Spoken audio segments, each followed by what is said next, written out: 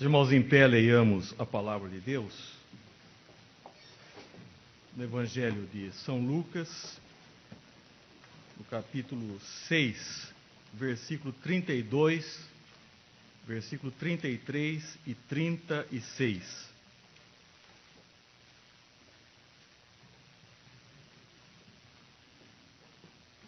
Evangelho de São Lucas, capítulo 6, 32, 33 e 36. Se amais os que vos amam, qual é a vossa recompensa? Porque até os pecadores amam os que os amam. Se fizerdes o bem aos que vos fazem o bem, qual é a vossa recompensa? Até os pecadores fazem isso. Sede misericordiosos, como também é misericordioso o vosso Pai. Podeis assentar-vos. Vamos ter uma breve oração. Peço ao nosso irmão presbítero Baltazar que ore nesse instante.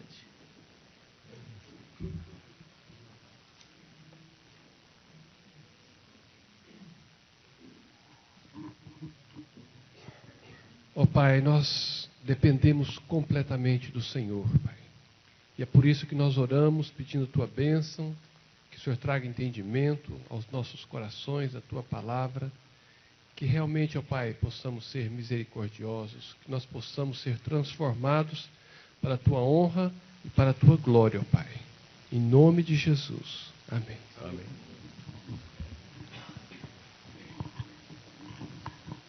Meus irmãos, eu não preciso dizer que estou feliz, muito menos o motivo, o conhecimento de todos. Nós tivemos no domingo passado, e é a primeira vez que eu posso me dirigir à igreja após isso, uma Assembleia Geral Extraordinária para eleição de pastor. Eu não sou presunçoso, eu sabia que teria uma boa quantidade de votos, até pelos anos que aqui estou, mas jamais pensei que teria uma quantidade tão significativa de votos. Eu me recolhi ali à cidade de São Pedro, onde iniciei meu ministério, há 39 anos atrás, esperando realmente o que aconteceria numa assembleia. Numa assembleia tudo é possível. E pensando se tivesse uma votação inexpressiva, como que o meu coração reagiria depois de tanto tempo à frente desta igreja. Naturalmente, eu tenho uma convicção interna do trabalho que realizei nesses anos todos, mas essa aprovação externa, para mim, era muito importante, principalmente no momento em que eu estava atravessando juntamente com a minha esposa. Na verdade, eu não estava com ânimo para procurar um outro trabalho, porque senti que aqui estava a minha família. Minha filha mora longe, meu genro, meus netos.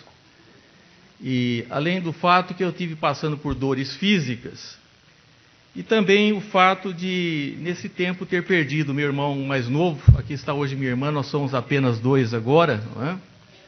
Diferentemente da Creuza Pasquini, que está um banco inteiro aí, né, com 4 irmãs, né? E mais a cunhada, né?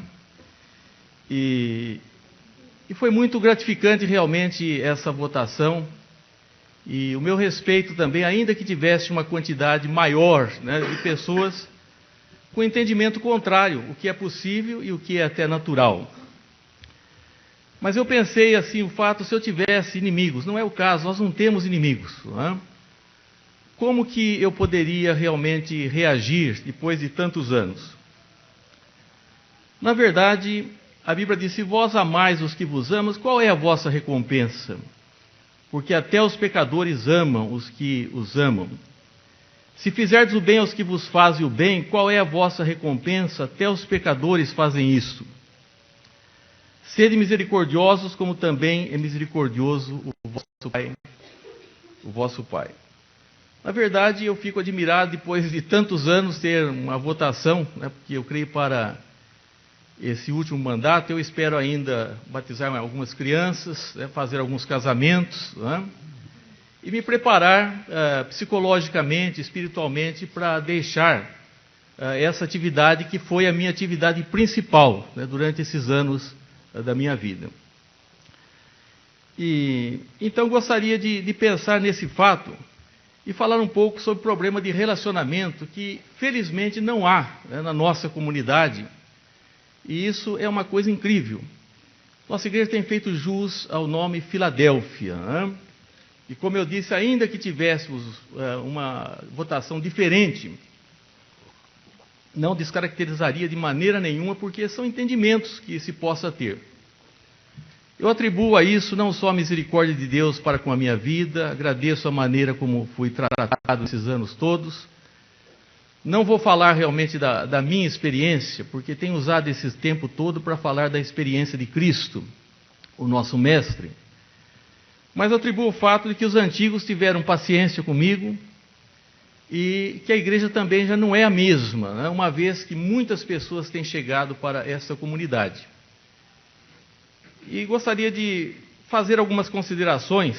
Alguém disse o seguinte, né? Mantenha próximo, né, os seus amigos e mais próximo ainda os seus inimigos. Nós não vamos falar sobre o inimigo, mas é alguma coisa que eu tenho aprendido ao longo desse ministério, porque não nesta igreja, em outras oportunidades eu tive dificuldades, como todos os pastores. Eu creio que meu cunhado, o reverendo Silas Tcherny, que concluiu também o seu ministério, teve dificuldades. E alguém disse que a comunhão lá em cima vai ser realmente uma glória, né, com os santos. Mas aqui na terra é uma outra história, né, porque nós temos dificuldades e geralmente depois de tanto tempo eu creio que os meus defeitos possam aparecer ainda mais. Geralmente nós não estamos preparados quando encontramos pensamentos diferentes, mas uma pessoa que nós não nos relacionamos bem hoje, ele poderá ser no futuro uma pessoa muito próxima e muito amiga. É claro que Deus tem inimigo. O inimigo de Deus é Satanás.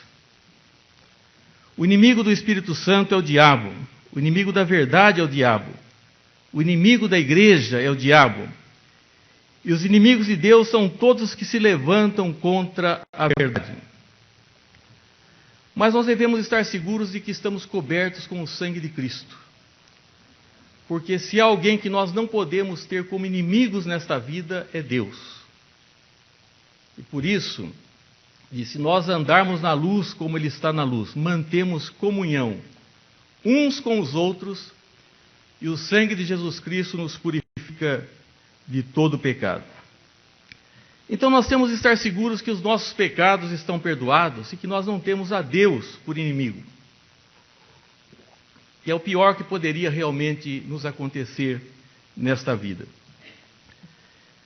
Também, Jesus teve inimigo. E por incrível que pareça, não foram os gentios, as pessoas de fora do povo judeu, mas foram os do Sinédrio e foram aqueles que eram do seu próprio povo.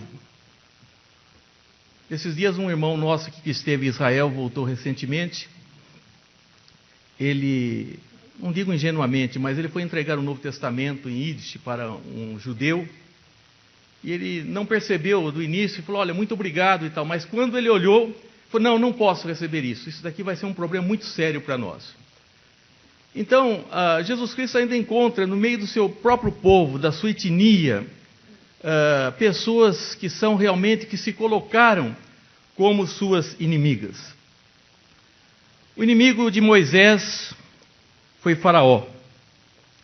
Mas Deus teve um plano nisso, e disse que levantou Faraó para mostrar realmente através de Faraó o seu nome em toda a terra. O inimigo de Davi foi Saul. Eu creio que Saul estava mais preocupado com Davi do que propriamente com Golias, o gigante filisteu. É claro que foi uma vitória estrondosa. Hoje mesmo nossas crianças cantaram aqui do gigante Golias. Mas o coração de Saul estava tão cheio de inveja e de ódio, que ele se preocupou muito mais com Davi que propriamente com o gigante Golias. Existem, meus irmãos, muitas rivalidades nesse mundo. E o nosso desafio à igreja é que ela permaneça realmente unida, até quando houverem pensamentos diferentes, posições diferentes. Pessoas que pensem assim não se sintam intimidadas, se sintam amadas, e nós possamos colocar acima de tudo, num mundo cheio de divisões, essa união que nós temos, essa união através de Cristo. Lendo a Bíblia, nós vemos tantas rivalidades, no caso de Jacó e Esaú, inclusive um saiu agarrado ao calcanhar do outro, né? Jacó foi responsável pela inveja que os irmãos tiveram de José, porque ele era o caçula, fez para ele uma roupa muito bonita, e ele também vigiava os seus irmãos. Às vezes a rivalidade é por causa de partilha de bens, nós temos visto isso constantemente. E quando as pessoas estão competindo por prestígio, por influência, e faz isso a qualquer preço. É interessante que isso acontece em muitos lugares. E o importante não é que não haja problemas, o importante é que sempre haja maneira de se resolver os problemas. E eu estou, de uma certa forma, aliviado, porque essa igreja não vai precisar mais, a seu conselho, decidir sobre alguns aspectos da minha vida, e eu sou grato a esses presbíteros com os quais convivi, e tenho aprendido muito com eles, sobre a minha permanência, sobre outra eleição, mas isso pode acontecer no futuro da igreja, e eu não vou voltar a falar sobre isso, mas para que nós saibamos realmente que isso é próprio da natureza humana, mas que o importante é que haja soluções para os nossos conflitos e para as dificuldades. Ana era amada pelo marido, temente a Deus, mas não tinha um filho e era insultada pela sua rival. Mas ela orou, e orou com tal intensidade, que Deus lhe concedeu um filho, Samuel, que mudou toda a história, o quadro profético. Da mesma forma, nós encontramos o caso de Raquel, que tinha beleza e tinha o amor do seu marido, mas não tinha filhos, enquanto Léia tinha filhos. E a ela foi concedido o privilégio de ser mãe. Assim mesmo com Sara, e nós vemos essas rivalidades todas que houveram por diferentes motivos, aqui são motivos similares, mas nós não devemos esquecer que o propósito de Satanás é tornar a nossa vida desconfortável, tornar a nossa vida difícil.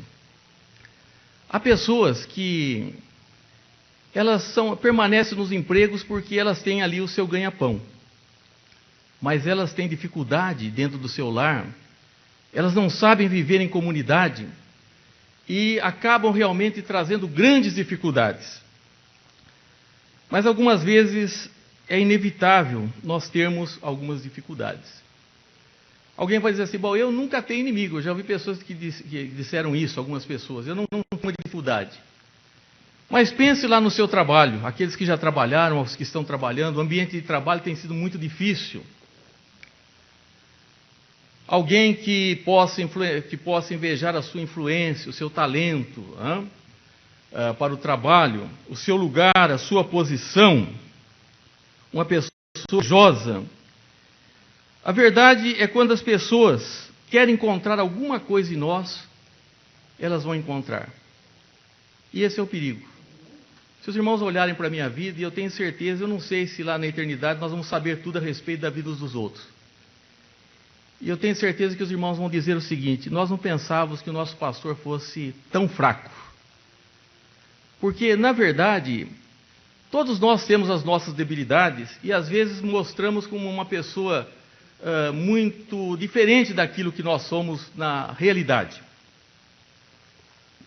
Eu, meus irmãos, luto com muitas dificuldades e gostaria de terminar o meu ministério aqui abraçando a todos, vendo realmente uma igreja unida, uma igreja forte, uma igreja viva, uma igreja chamando pecadores ao arrependimento, uma igreja que Deus tem concedido principalmente, muito talento na área da música, para o louvor, para a adoração, isso traz à nossa liturgia alguma coisa muito importante. E Deus tem acrescentado ainda outras pessoas ao nosso meio. Mas o fato é que se os irmãos olharem para mim, vão encontrar defeitos, principalmente depois de muitos anos. Eu peço oração e paciência. Pense no caso de Jó.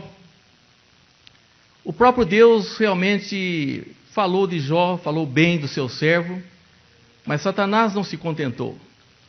Ele lutou, ferozmente para encontrar realmente dificuldades. É duro, mas às vezes ter alguém que pensa diferente de nós é a melhor coisa que nós, paradoxalmente, que nós podemos encontrar na vida. As pessoas que dizem a verdade a nós são aquelas que gostam muito de nós ou que realmente não gostam de nós. Essas pessoas acabam dizendo algumas verdades que nós temos que aceitar. E quando alguém realmente não gosta de nós, nós não podemos impor isso. Então a pessoa vive vigiando a nossa vida, telefonando, sondando, indagando, procurando encontrar alguma falta. E isso nos leva mais perto de Deus, porque nós sentimos a responsabilidade. Quanto mais oposição nós tivermos, às vezes, isso não faz mal. E, às vezes, nós precisamos de credibilidade. O presbítero precisa de credibilidade. O diácono, ninguém deve aceitar um cargo se nós realmente não sentimos que somos pecadores e que precisamos melhorar. E eu sinto muita responsabilidade estar à frente, mas sinto também muita alegria, muita honra de ser pastor dessa igreja, que é um fato que eu atribuo à misericórdia. É muito raro hoje, porque hoje os relacionamentos são superficiais e são efêmeros, tanto na vida empresarial, como na vida familiar, e também nos ministérios das igrejas. Então eu atribuo a bondade de Deus e a consideração dos irmãos.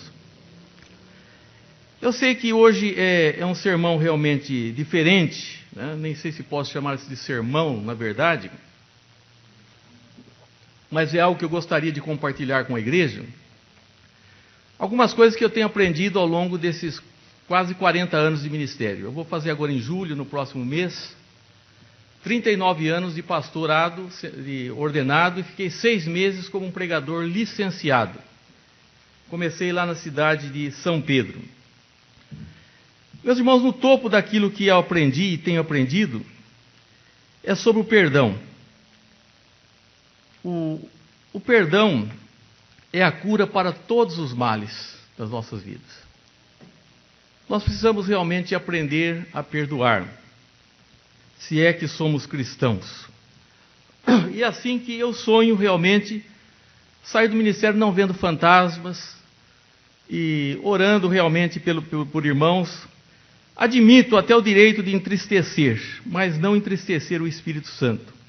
Não seria honesto dizer que todos nós temos o direito de nos entristecer, mas não podemos entristecer o Espírito Santo. E também não se ressentir, mas responder com graciosidade. E é claro que nós não podemos de maneira nenhuma nos comparar com o apóstolo Paulo, pelo menos eu não me comparo, mas eu fico pensativo quando ele disse o seguinte, que sinto prazer nas fraquezas, nas injúrias, nas necessidades, nas perseguições, nas angústias por amor de Cristo, porque quando sou fraco, então é que sou forte.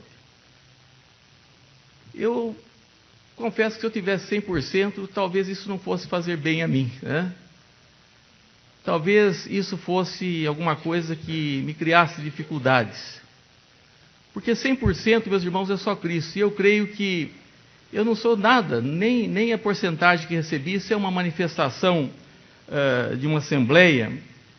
Mas devemos ser como o apóstolo São Paulo, não se ressentir. E eu fiquei pensando e falei com a minha esposa, que qual fosse o resultado. Nós iríamos concluir nosso ministério de cabeça erguida, e sem ressentimentos e amando a todos, mas eu confesso que foi muito bom, nessa época que eu enfrentei dores físicas, luto, família distante, problemas, sentir realmente da igreja esse carinho e essa aprovação, e isso realmente torna a gente feliz, né? Feliz. Satanás, ele é sempre otimista no que ele faz. Nós vemos o caso de Judas, e ele deve ter falado assim, olha Judas, olha o que eu fiz, né?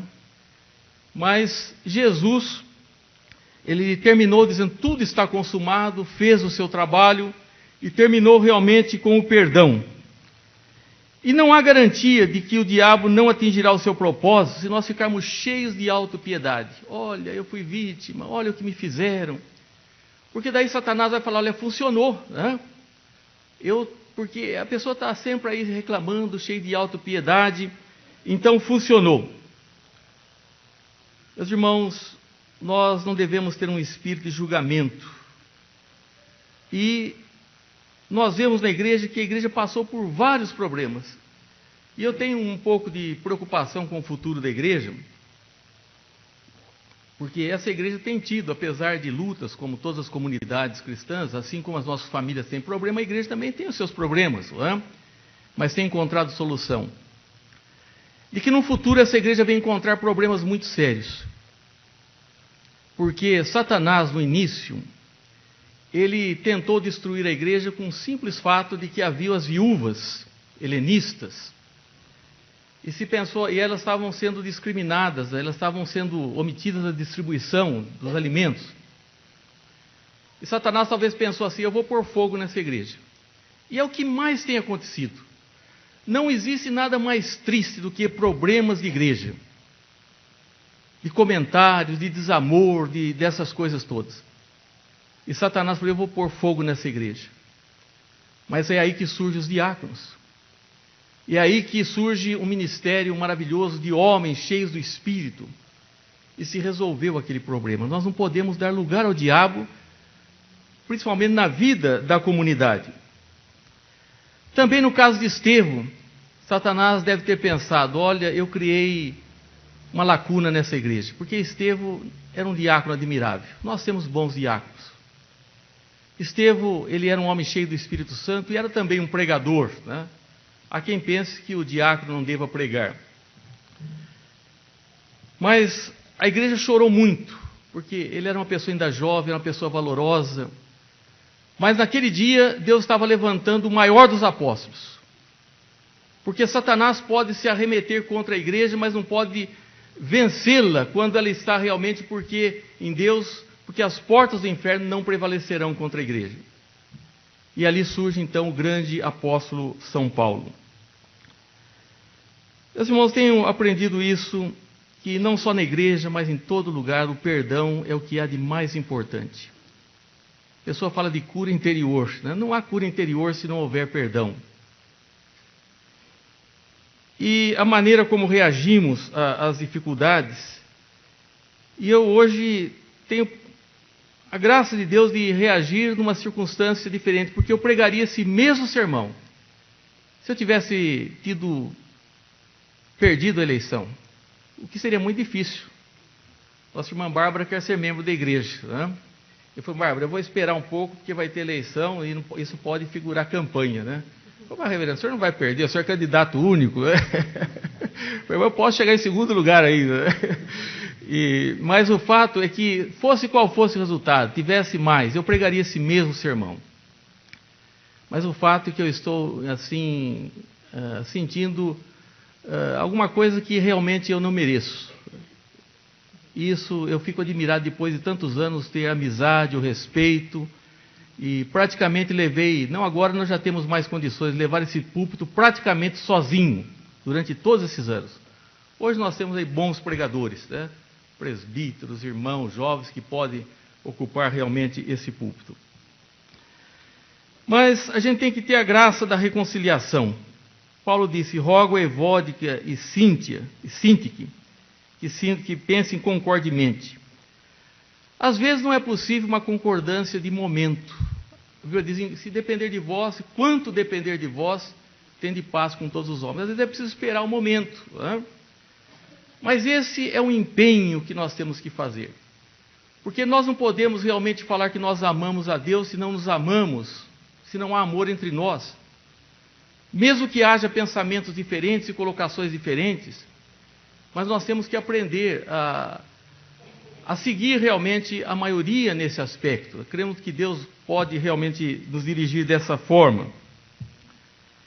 E uma pessoa que hoje pode ser alguém que você não se entenda bem, mas amanhã ele pode ser o seu melhor amigo. É difícil quando um amigo se torna um inimigo, mas às vezes uma pessoa se torna muito amigo. E é interessante também que a Bíblia diz que nós devemos orar pelos inimigos. Nós não temos inimigos aqui, graças a Deus. Mas orar para quê? Para que Deus puna? Para que Deus mostre? Para que Deus... Nada disso. Nós temos que orar para que as pessoas sejam realmente abençoadas. Eu sei que isso é difícil para muitos de nós. Eu reconheço que por muito tempo tenho sido uma pessoa bastante ressentida, mas eu estou trabalhando nisso, eu estou lutando nesse aspecto. E não para que Deus possa realmente punir as pessoas, mas que Deus possa abençoar ricamente. E não deixar que às vezes uma pessoa que pensa diferente de nós, que as pessoas saibam o que ela fez, que ela se sinta intimidada, que se sinta humilhada. Na igreja as pessoas têm que se sentir bem, independente da sua classe social, da sua faixa etária. Eu acho muito importante os jovens conversar com os mais idosos, não formarmos grupinhos, mas nós termos realmente uma comunicação, principalmente com aqueles que estão chegando. Não deixar que ninguém se sujeite a uma humilhação. E foi assim que nós aprendemos também de José lá no passado, em relação aos seus irmãos. E quando nós estivermos orando assim, meus irmãos, Deus vai dizer muito bom, porque é ali que o Senhor ordena a sua bênção para sempre, quando os irmãos estão unidos, não só fisicamente, mas quando nós estamos no mesmo espírito. E eu quero concluir, não quero avançar muito, com o versículo que diz assim: e quando estiveres orando, se tendes alguma coisa contra alguém, perdoa, para que vosso Pai Celestial vos perdoe as vossas ofensas. Porque nós ofendemos muito, E eu sempre tenho cuidado mas mesmo assim, sempre preocupado em eu não ofender as pessoas, aqui de trás de um púlpito ou no falar. Mas nós não estamos imunes a isso. Nós estamos sujeitos a nos entristecer, ou entristecermos mutuamente. Mas como dissemos, o perdão será sempre a maior solução para todos os males, na vida familiar e principalmente na vida da comunidade. E a nossa gratidão a Deus e também a minha gratidão particular aos irmãos, como tem tratado a minha família depois de tanto tempo. Eu sinto que não é comum isso. E apesar das minhas dificuldades, os meus votos é que realmente a igreja continue realmente uma igreja cada vez mais unida. Pode haver pensamentos diferentes, mas isso não pode impedir os nossos propósitos, a nossa união e o nosso serviço, para que a igreja realmente possa atingir os seus propósitos, de adorar a Deus, proclamar os feitos gloriosos daquele que nos chamou das trevas para a sua maravilhosa luz, e para que o mundo veja realmente o que o Evangelho faz na nossa vida, como comunidade cristã, como igreja, em dias em que há tantas divisões, em que as pessoas se contra-atacam e criam tantas, para a vergonha nossa, essas divisões todas que existem, a igreja possa ser um testemunho de comunhão e de vida cristã. Que Deus abençoe a todos.